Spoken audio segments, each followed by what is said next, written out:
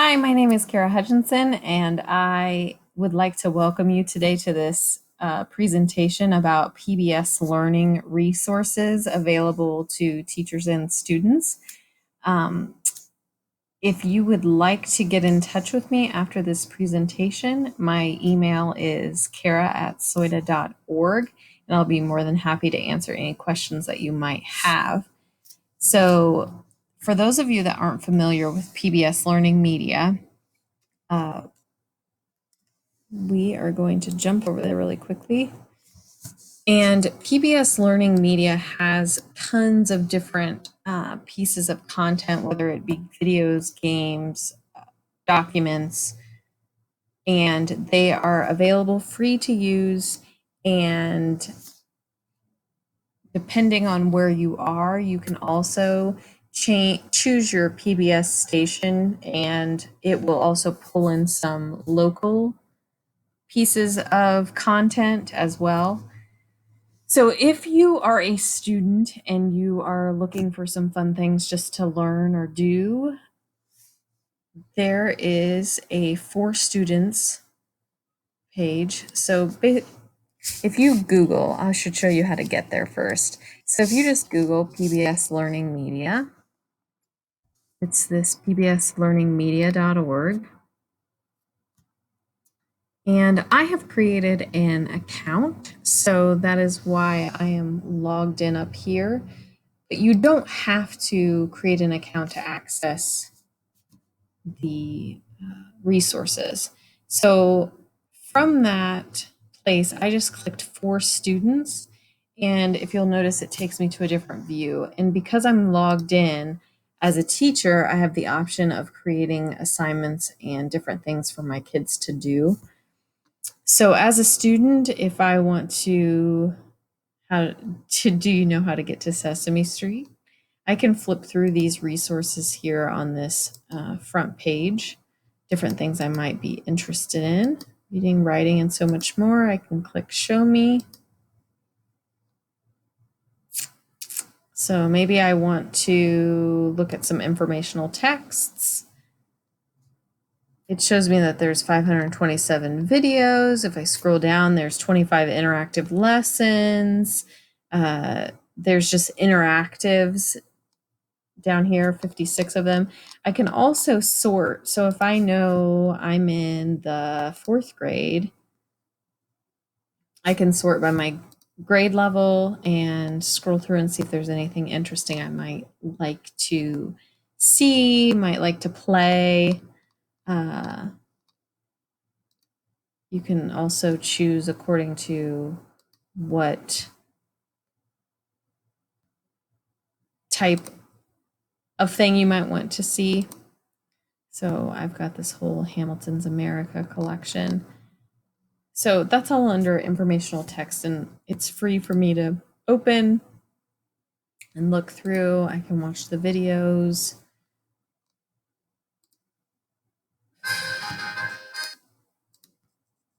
Etc. So lots of great resources for kids, and also PBS, the PBS game, pbskids.org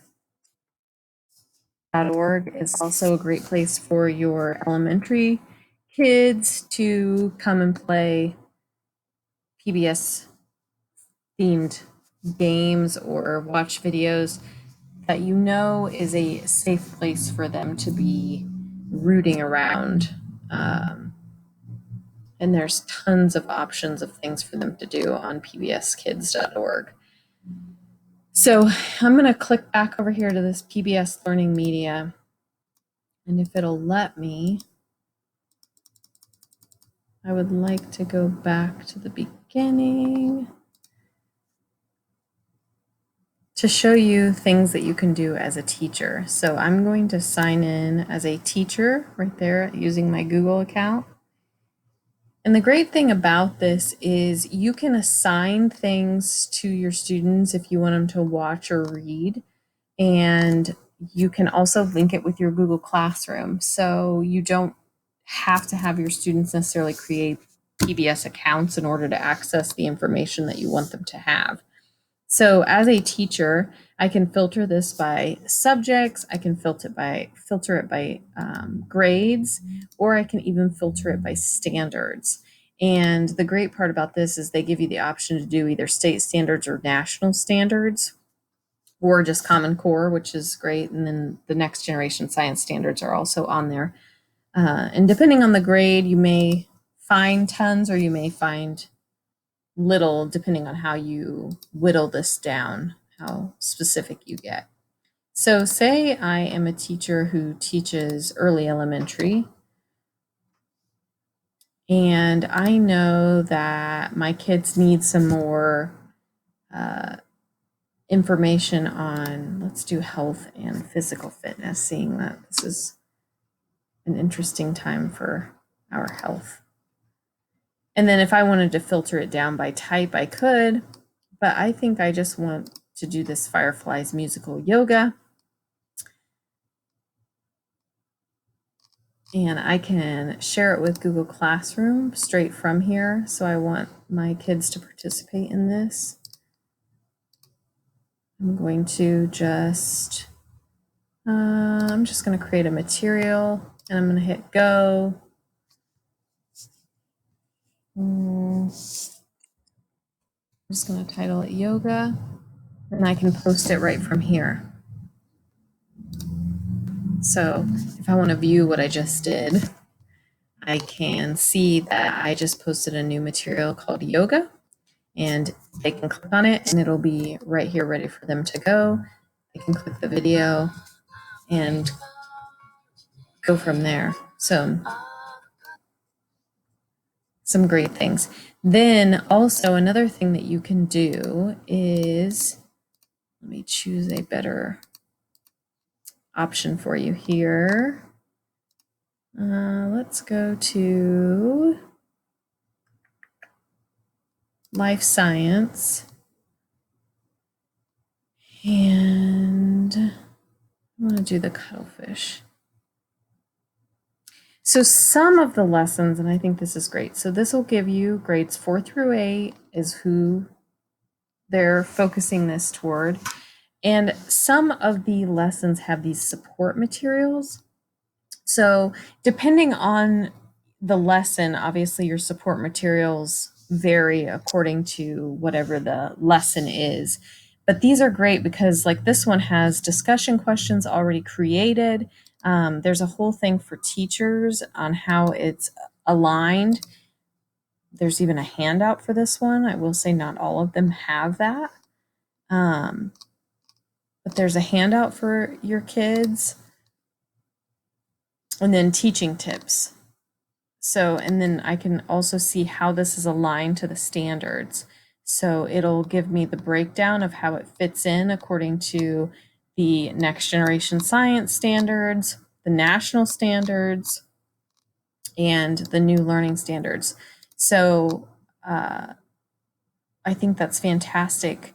Even if you just need maybe some filler or something, maybe you need like an additional add-on, or your kids have gotten really curious about something and you're just kind of looking for added content to provide to them, this is a great way to do it.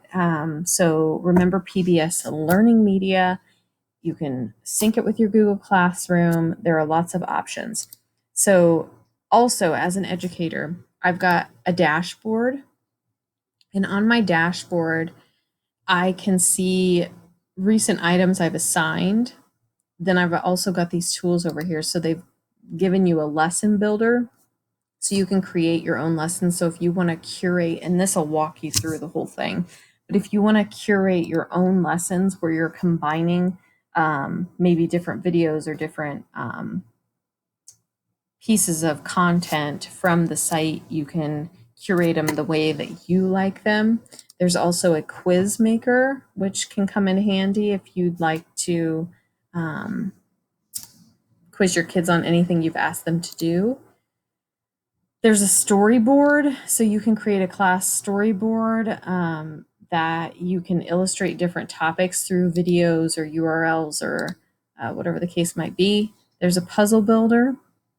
And the great thing about these is when you start, they each give you these little videos on how to, create what you're wanting to do here. Then I can see things that I've assigned. Now this is if I'm assigning it on PBS Learning Media. Obviously, if you're assigning it to Google Classroom, it's not necessary to be seeing that information on PBS Learning Media because you're not requiring your kids to have their individual logins for this platform. Okay, so if I switch to student view, again, this is what they'll see. So they'll see, oh, okay, what do I have for assignments?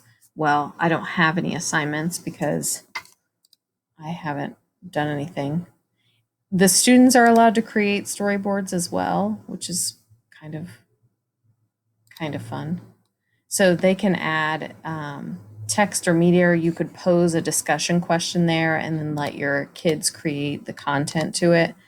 Their projects, they can see what classes they're in and they can even favorite things as they go along as well.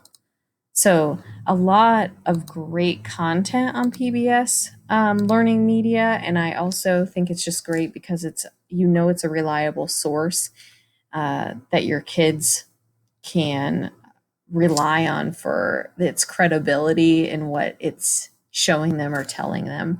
So I just think if you're looking for supplemental materials, this is a great place to look, and not all people know that it's available for you. So check it out. And before I let you go, let me get back over here to the slide, because this code can be added to the Google Doc on the Ohio EdTech's website, or not Google Doc, but the Google form, sorry. You can submit this code and we will send you a certificate of completion for watching this video that you can use as your hours to renew your license. So another fantastic way to get some hours in and learn something usable.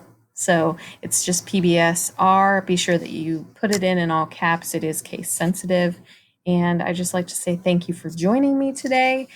And once again, too, if you have any questions after this presentation, feel free to email me at Kara, Kara, @swita.org. And thank you again for joining me for this presentation.